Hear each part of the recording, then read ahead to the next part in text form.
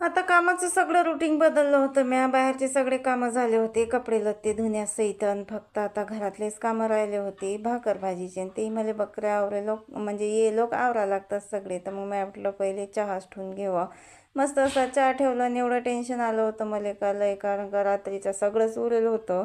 बेसनही होतं, मटणही होतं आणि भातही होता. फक्त पोळ्या टाकायच्या होत्या. तर मग असं काही उरलेलं असलं ना का मला एवढं टेन्शन येते का लय, कारण जास्तच काही गरम आणि हे न ते करावं लागते. मस्त असा चहा शिजला आणि भाजी करायसाठी मटणाची मस्त असा लसूण काढून घेतला आणि चहा घेऊन घेतला पहिले.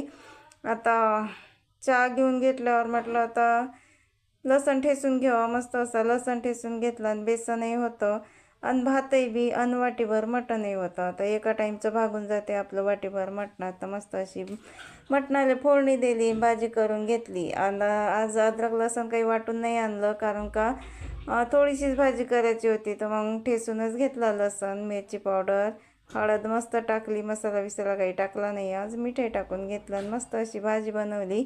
आणि पीठ चुरायला घेतलं. आता पीठ चुरायचं म्हटलं तर 2च पोळ्या टाकायच्या होत्या आणि टोपलीत पोळी दिसू राहिली तुम्हाला अर्धी, पण एवढी कडक झाली होती ते का लय ऊनच एवढं तपू राहिलं की घरातही पोळ्या गरम होऊ राहिल्या. तर मस्त असं पीठ गाळून घेतलं. मग 2 पोळ्याचा आबडधोबड आणि 2 जाड्याच पोळ्या टाकून घ्यायच्या होत्या मला, तर म्हणून आबडधोबड पीठ चुरून घेतलं म्या.